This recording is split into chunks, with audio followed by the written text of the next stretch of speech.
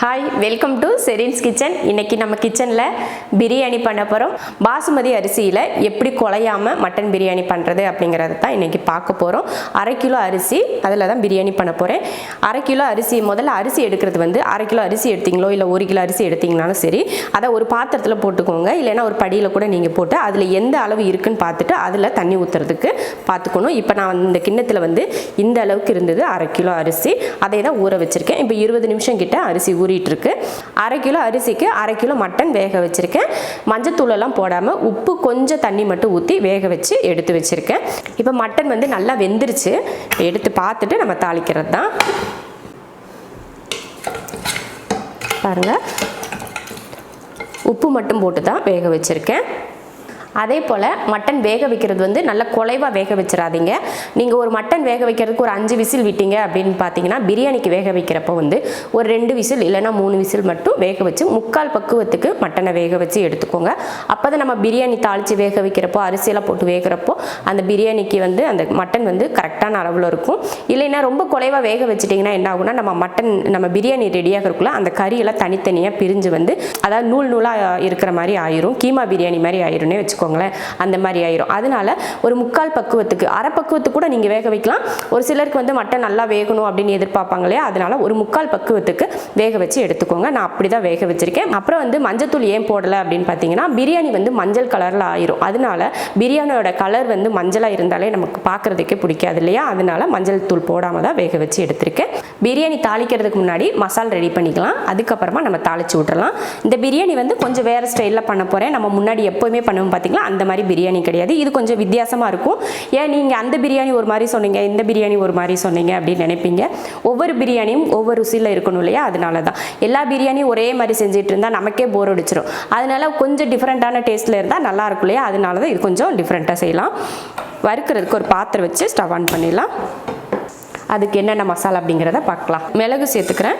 இந்த ஸ்பூனில் தான் அளவு எடுத்திருக்கேன். இதில் 1/2 ஸ்பூன் மிளகு, அதே போல் ஜீரகமும் அதே ஸ்பூனில் 1/2 ஸ்பூன், ஏலக்காய் 6, கிராம்பு 6, சின்ன துண்டு பட்டையாக அதுவும் ஒரு 6 எடுத்திருக்கேன், 6லேருந்து 7.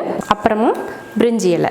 பிரிஞ்சி இலை வந்து பெருசாக இல்லாதனால குட்டியாக இருக்கிறதுனால ஒரு 4 பிரிஞ்சு போட்டிருக்கேன். இப்போ இதை வறுத்துக்கலாம். லைட்டாக வறுத்து எடுத்துக்கலாம்.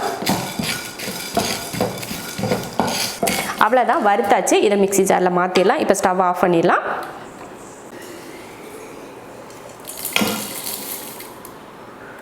இப்போ இதை பவுட்ரு பண்ணி எடுத்துக்கலாம். பிரியாணிக்கு பவுட்ரு பண்ணி எடுத்தாச்சு. பாருங்கள், இந்த மாதிரி பவுட்ரு பண்ணி எடுத்திருக்கேன். இப்போ தாளிச்சு விட்றலாம். குக்கரில் தான் பிரியாணி பண்ண போகிறோம். ஒரு குக்கர் வச்சுக்கிறேன். இது வந்து 7.5 லிட்டர் குக்கர் வந்து 1/2 கிலோ பிரியாணிக்கு கரெக்டாக இருக்கும். அதுதான் வச்சுருக்கேன். இதை விட பெரிய குக்கர் 10 லிட்டர் குக்கரில் கூட நீங்கள் செய்யலாம். ஆனால் இதை விட சின்னதில் செஞ்சீங்கன்னா உங்களுக்கு கிளறதுக்கு, ரைஸ் வெந்து வர்றதுக்கெலாம் கொஞ்சம் கஷ்டமாக இருக்கும். அதனால கொஞ்சம் பெரிய பாத்திரமாகவே இருந்துச்சுன்னா உங்களுக்கு கரெக்டாக இருக்கும். இப்போ ஸ்டவ் ஆன் பண்ணியாச்சு. எண்ணெய் ஊற்றிக்கலாம். எப்பயும் போல் தான் நான் சொல்கிறது. எண்ணெய் இல்லைன்னா 2ல் உங்களுக்கு எது விருப்பமோ அதை அதிகமாக சேர்த்துக்கோங்க.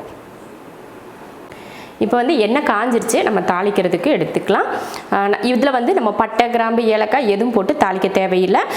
ஏன்னா நம்ம வந்து கொஞ்சம் மசால் வந்து கொஞ்சம் அதிகமாக தான் பவுட்ரு பண்ணியிருக்கோம். அதனால் அந்த மனமே நமக்கு சரியாக இருக்கும். அதனால் பட்டை, கிராம்பு போட்டு தாளிக்க வேணாம். வெங்காயம் மட்டும்தான் எடுத்திருக்கேன். 2 பெரிய வெங்காயம், அப்புறமா வந்து 6 பச்சை மிளகாய், 6லேருந்து 7 பச்சை மிளகாய். பச்சை மிளகாய் வந்து உங்கள் காரத்தை பொறுத்து நீங்கள் சேர்த்துக்கோங்க. அப்புறம் சின்ன தக்காளி, இந்த மாதிரி சின்ன சைஸ் தக்காளியாக 2, பெருசாக இருந்தால் 1 மட்டும் எடுத்துக்கோங்க. அப்புறம் நம்ம கையில் ஒரு கைப்பிடி அளவு புதினா எடுத்திருக்கேன். இப்போ தாளிச்சு விட்றலாம். வெங்காயத்தை சேர்த்துக்கிறேன். வெங்காயம் வந்து நீல வாக்கில் கட் பண்ணியிருக்கேன். வெங்காயம் சேர்த்துலாம்.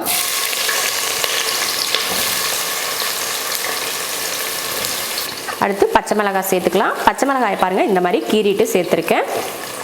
இப்போ இதை நல்லா பொன்னிறமாக வதக்கிக்கலாம்.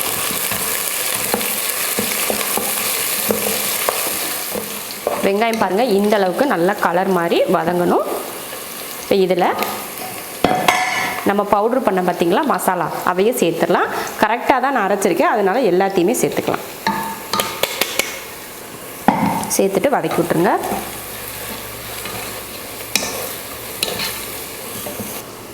அடுத்து புதினா மல்லித்தலை சேர்த்துருவோம். நம்ம கையில் ஒரு கைப்பிடி அளவு புதினா மல்லித்தலை.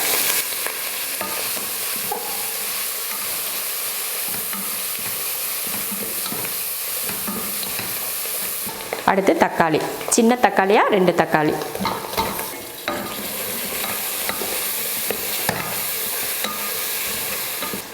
தக்காளி வதங்கிறதுக்காக கொஞ்சம் உப்பு சேர்த்துக்கலாம். சேர்த்துட்டு வதக்கிடலாம். தக்காளி இந்த அளவுக்கு வதங்கினதுக்கு அப்புறமா இதில் இஞ்சி பூண்டு பேஸ்ட்டு சேர்த்துக்கலாம். 1 2 2.5 ஒரு 2.5 ஸ்பூன் இஞ்சி பூண்டு பேஸ்ட்டு சேர்த்துருக்கேன். பச்சை வடை போகிற வரைக்கும் வதக்கி எடுத்துக்கலாம்.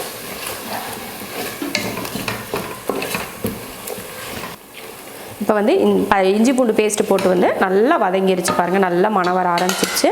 இப்போ இதில் மட்டன் சேர்த்துக்கலாம்.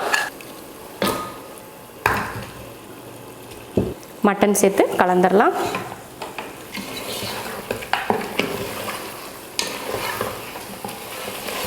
மட்டனில் நம்ம முன்னாடி உப்பு போட்டோம் இல்லையா, அதனால் இப்போ உப்பு போட தேவையில்லை. தயிர் 3 ஸ்பூன் சேர்த்துக்கலாம். சேர்த்துட்டு கலந்துருவோம். தயிர் ஊற்றி நல்லா கலந்து விட்டு ஒரு 5 நிமிஷத்துக்கு இது போல் வதக்கி விட்டுக்கலாம். அதுக்கப்புறமா நம்ம அரிசி சேர்த்துடலாம். ஒரு 5 நிமிஷத்துக்கு இது வதங்கட்டும்.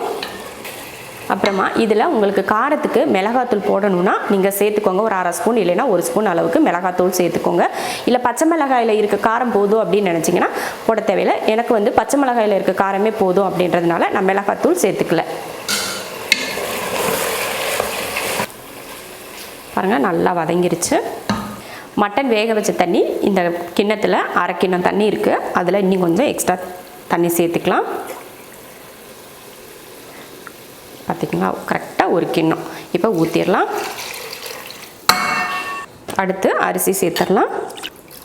பாசுமதி அரிசி 1/2 மணி நேரம் கிட்ட ஊறிடுச்சு.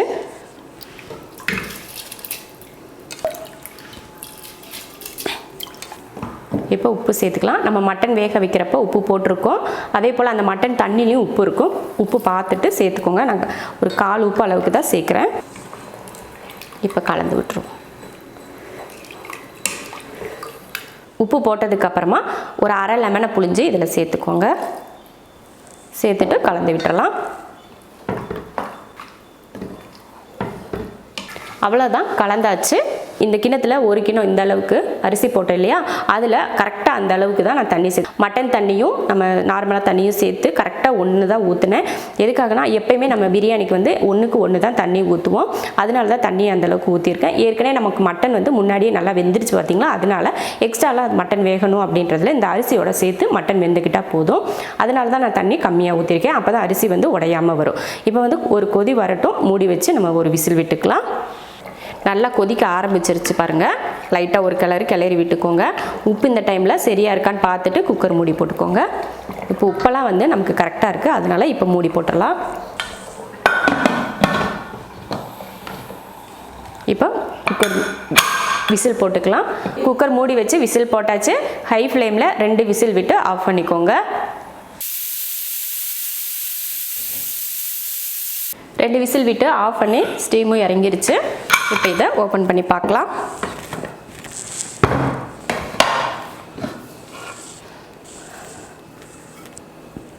சூப்பராக மட்டன் பிரியாணி ரெடி ஆயிடுச்சு. இப்போ கரண்டியில் வந்து இது கரண்டியில் கீழே இருக்கும் பார்த்திங்கன்னா, அதை வச்சு கிளறி விடுங்க.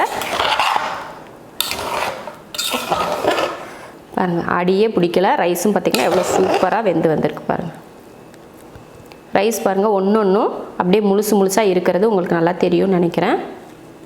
சூப்பராக பார்த்துக்கோங்க. ஒரு அரிசி கூட உடையலை, அதே போல் அடியும் பிடிக்கல. சூப்பராக பார்த்திங்கன்னா உங்களுக்கே தெரிஞ்சிருக்கும் மட்டன் பிரியாணி எவ்வளோ அருமையாக, அதுவும் ரொம்ப ஈஸியான முறையில் செஞ்சு முடிச்சிட்டோம். எப்பயும் ஒரே மாதிரி பிரியாணி பண்ணாமல் இந்த மாதிரி கொஞ்சம் டிஃப்ரெண்ட் டேஸ்ட்டில் பண்ணி பாருங்கள். ரொம்ப நல்லாயிருக்கும். வீட்லேயும் எல்லாருக்கும் செஞ்சு கொடுத்தீங்கன்னா சொல்லுவாங்க, இது ஒரு விதமாக டேஸ்ட் இருக்குது, சூப்பராக இருக்குது அப்படின்னு சொல்லுவாங்க. அந்த மாதிரி நீங்களும் செஞ்சு பார்த்துட்டு எப்படி இருக்குன்னு சொல்லிட்டு கமெண்ட்டில் சொல்லுங்கள். பிடிச்சிருந்தா லைக் பண்ணிவிட்டு ஷேர் பண்ணிவிட்டு நம்ம ஷெரின்ஸ் கிச்சன் சேனலை சப்ஸ்கிரைப் பண்ணி பக்கத்தில் இருக்க பெல் ஐக்கானை கிளிக் பண்ணி வச்சுக்கோங்க. சூப்பரான பிரியாணி ரெடி ஆயிடுச்சு.